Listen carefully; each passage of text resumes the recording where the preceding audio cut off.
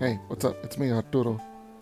This is off script. I really need to work on my scripting because this episode is way too long. It's like 17 minutes.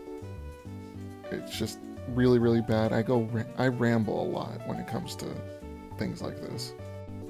So yeah, I just like point out a lot of stuff when it comes to explanations. So a lot of stuff could just be shortened down to like, hey, this person got mad at that person. I know I'm behind on Geats, and I'm gonna keep being behind Geats until it finishes. When episode 1 of Gatride comes out, you can bet I will be making a short stack on it. I record and edit everything on my iPhone. I use my Apple headphones as my mic, and then I use Filmora to record my voice, and then I use InShot for all the screenshots and the Birmingham little model that I have. I don't have a computer. Well, I do have one, it's just that it's really old and it just doesn't work anymore. You know, I realize this is actually really sad that I'm explaining everything to only 6 people. But anyways, just wanted to say I gotta work on my scripting and I hope you guys enjoy this video. Episode 42 starts where 41 left off. Keiwa, aka Kamen Rider Tycoon, stabbing... here we go. Michinaga, aka Kamen Rider Buffa. I'm just gonna call him Buffa from now on.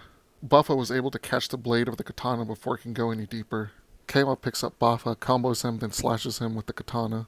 He kicks him back to activate a finisher. Then the coolest combo of punches, kicks, blocks, and sword I've ever seen Keiwa do. Now on the ground, Buffa tells Keiwa to go ahead and kill him. But Keiwa tells him he's going to let him live with the guilt of killing his sister. Keiwa proceeds to disrespect Buffa by straight up kicking him in the jaw. Spitting out blood, Buffa asks him what he's going to do now. Keiwa answers him by saying his wish hasn't changed. After giving Buffa a straight up beating, Keiwa goes back to the abandoned factory where he has Sumari tied up in a chair. Sumari tells Keiwa all she ever wanted is to help. Keiwa tells her he knows and he's counting on her to keep helping. He wants to use her goddess powers to create his ideal world. That's when the chattest game master shows up, Jit. He claps to Keiwa on being able to capture Sumari and that he knew Kekara would stir him into action. He also tells Keiwa thanks to him Sumari's goddess powers have awakened further. Keiwa makes a deal with Jit. He gets his wish first. After that, Jit gets Sumari. Jit agrees, allowing Keiwa to proceed. Keiwa clicks his tongue at Sumari, telling her that there's still one more on his hit list. Inside another abandoned factory across the street. I'm joking, they're not close at all. It's weird that Daichi and Keiwa both chose an abandoned factory for their hideout.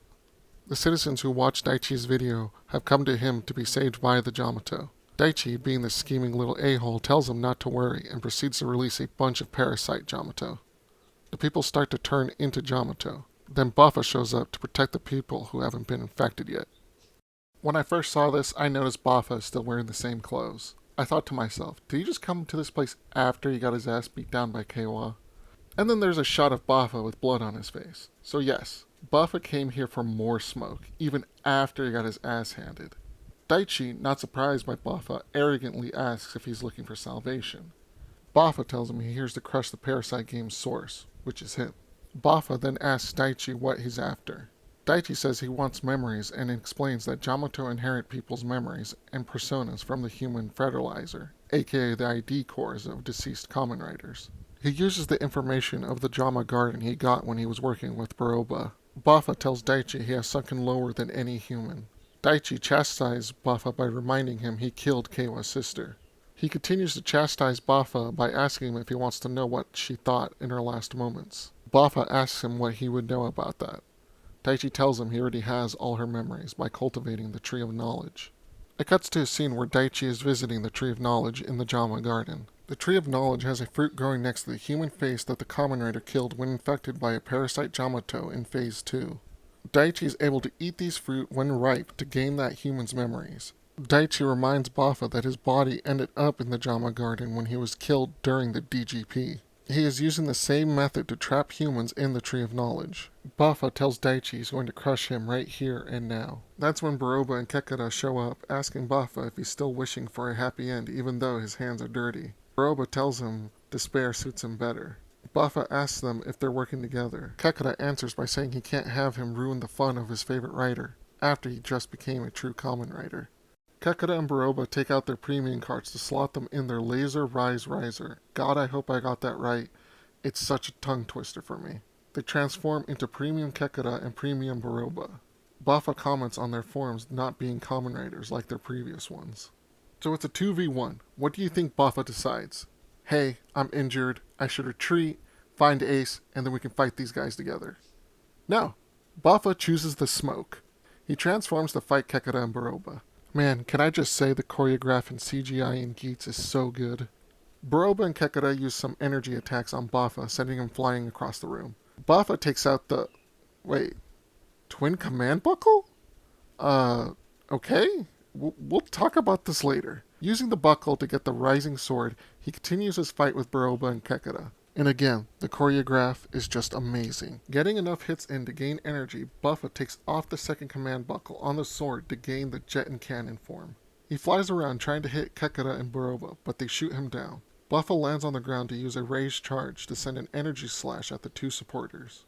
They activate a laser victory to hit the energy slash away and fire a laser at Buffa, knocking him out of his rider form.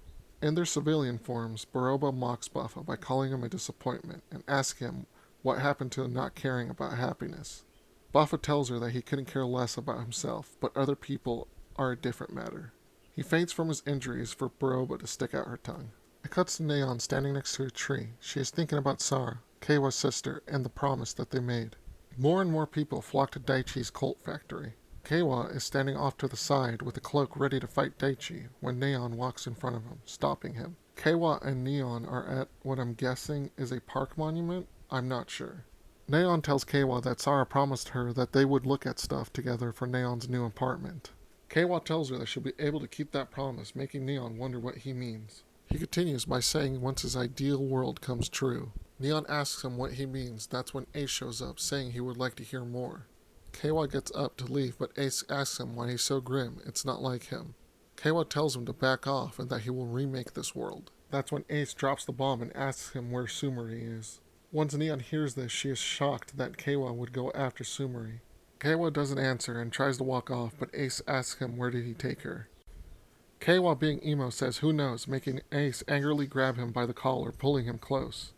Ace asks what he's going to do to Sumari. Neon, not sure, asks Keiwa what is he trying to do.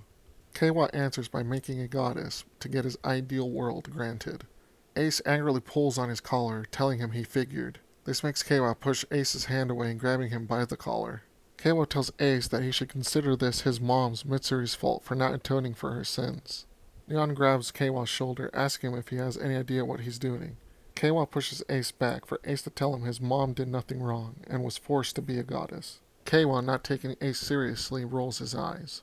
Ace tells Keiwa he's in the same camp as the DGP management for using Sumari. Keiwa laughs a little, telling Ace he's just reclaiming what he lost to the DGP by using the DGP, and asks where that fault is. Keiwa walks away for Neon to yell out his name. He tells Ace and Neon to leave him alone. Taking out the Bujin sword buckle, Keiwa uses it to disappear in black smoke. A worried Neon looks at Ace, who tells her that he has to stop Keiwa. Now we're with Jit, who has taken Sumari to the goddess room of the DGP where Samus is waiting. She congratulates Jit for a job well done. Jit asks Sumari if she's aware of her purpose. Sumari answers him, saying she was created as a navigator with Mitsuri's power inside of her to become the next goddess. Samus tells her she's right. She continues telling Sumari that her compassion grew inside her after watching so many Kamen Riders fight for their wishes. That made the goddess powers inside her stronger. Sumari retorts by telling Samus that wasn't her purpose when witnessing their lives. She removes her hand from Jit's grip to try to run away, but Sumari pulls out her piece, her Glock, her gun, making her stop. Jit tells her she should take pride in that she will fulfill a grand purpose. He activates the vision driver for Sumari to start her transformation into a goddess. We cut back to bitch-ass Daichi doing his cult thing. A hooded person walks up to Daichi, making him ask who they are. You can guess who it is. It's Keiwa. Kekura appears in the background, hoping to see more of what Keiwa will do. Keiwa tells Daichi that he's the reason he lost his sister. Daichi tries to play into Keiwa's feelings, but is actually being a right asshole. God, I hate Daichi. Keiwa grabs him, but Yamato appears to push him back. He starts to fight the Yamato, and wow, Keiwa is actually kicking ass.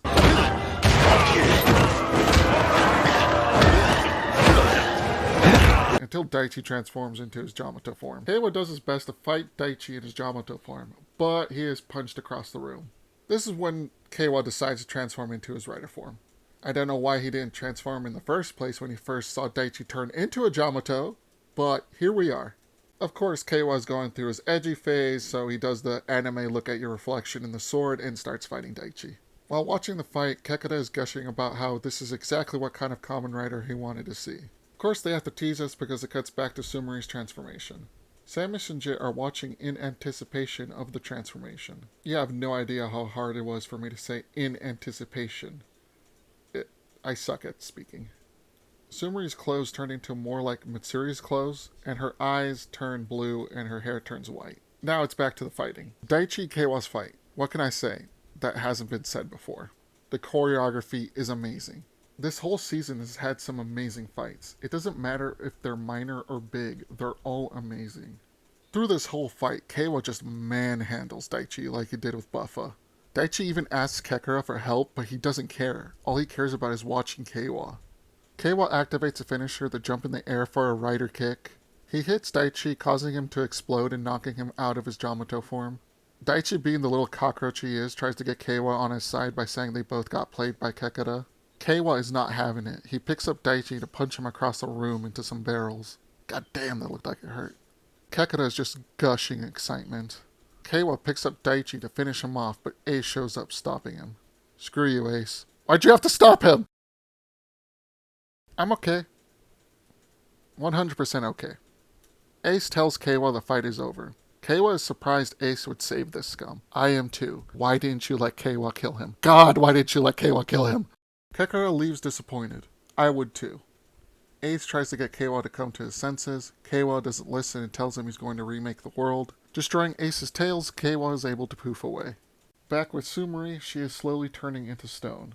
Sumeri thinks about Ace, and all she wishes for is to be by his side. This helps Sumeri stop her transformation midway, teleporting her and Jit back to Keiwa's abandoned factory. It's just across the street from Daichi's.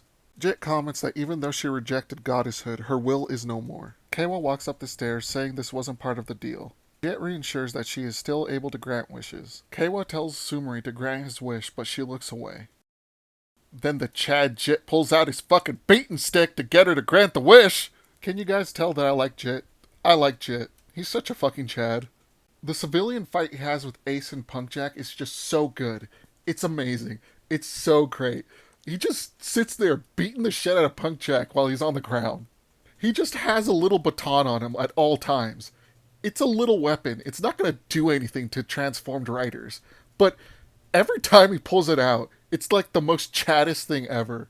Okay, enough about me gushing about Jit. Let's get back to the episode. Sumeri does what she's told. Ace, who's at the same park monument from before, hears the goddess bells ring and the world is remade. Emo Keiwa stands on the rooftop watching the world be remade, saying, "This is my world." And that's how the episode ends. Now, what do I think about this episode? I would give it a 7 out of 10. So why do I give it a 7 out of 10? Again, this is all my opinion, but I think the fighting carries this episode. There's some glaring issues that a lot of people can agree on. There's Emo Keiwa and his misplaced anger on Ace. He should be angry at the DGP, not Ace. Keiwa kidnapping Sumeri to use her goddess powers to remake the world is just okay. It's a part of the emo Keiwa phase, and a lot of people don't like it, and I kind of agree. It's just like what Ace said, Keiwa's just doing what the DGP did. I get what they're trying to do with Keiwa. He's so far gone because he lost the last bit of his family, his sister Sarah, and also learning that the DGP was also the reason why his parents died. I didn't realize this until I saw a post on Reddit, but this is the 4th emo phase that we've had in Reiwa. Spoilers for previous seasons of Kamen Rider. The first emo phase we've had was in Kamen Rider 01, when Aruto becomes Arc 1. I can give 01 a pass because it's the first time we've seen the emo phase in Reiwa. Also, I really like him becoming Arc 1. A lot of people don't like it, but I enjoy it. The second emo phase we have is Kento becoming Caliber. What? What? I already gave you back scratchies. Now where was I? Oh yeah, Kento from Saber. Kento becoming Caliber makes sense because of Kuriyami's future sight. He wants to stop the fate of Toma dying or disappearing. Then our third emo phase comes from Daiji from Revice. Daichi's emo phase happens after he sees the overwhelming power that GIF has, and he decides that he wants to work with GIF so he can preserve the human race. But it was done so poorly that people just hate Daiji completely after that, so it's not a really good emo phase. Just like Heiwa, I can see what they did with Daiji. He witnessed the final boss defeat all their allies and just casually destroy everything. No matter how many times they kill his demons, he can just replenish them. And now with Geats, we have Keiwa, and it's starting to get stale. And out of all these emo phases, I have to say that Kento's is the best, even though I like Arc 1. Enough about me rambling about emo phases, let's talk about the other issue that I have with this episode. Remember the Buffa thing? We're going to talk about the Buffa thing. Okay, so in episode 40, when Daichi tricks Sara, Keiwa tells Ace, Buffa, and Sumari about it. He proceeds to ask Sumari if they have any more powerful buckles. Sumari tells him that they don't have any more buckles to share. So Keiwa should only have the ninja buckle, and Buffa should only have the zombie buckle. So how in the hell does Buffa have the twin command buckle? Now, Sumari could have been lying here because of her reaction to how angry Keiwa is, but Buffa just pulls the twin command buckle out of nowhere. He didn't go to Sumari to ask for the twin command buckle, and in the previous episodes, they never showed him getting it. This is a glaring problem to me in this episode. Okay, I'm sure some of you who have never watched Geats are asking, how did Keiwa get the Bujin sword?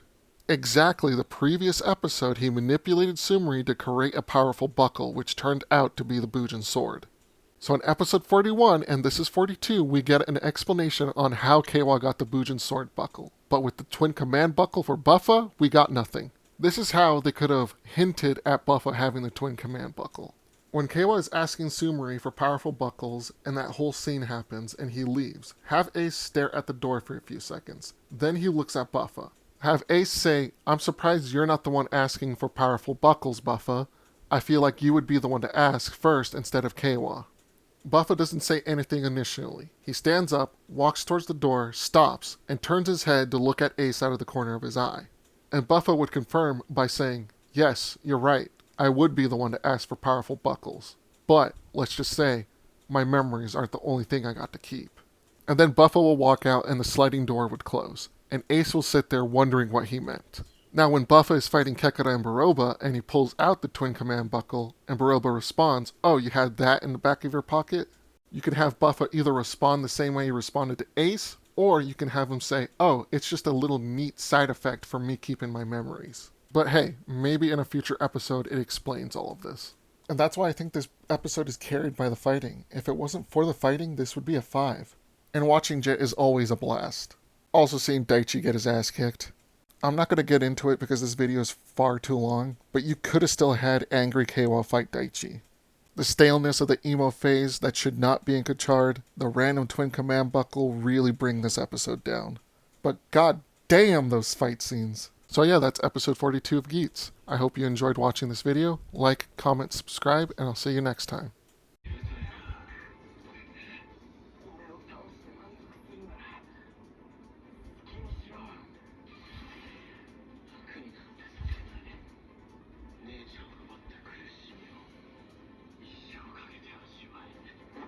Jesus, that's just downright disrespectful.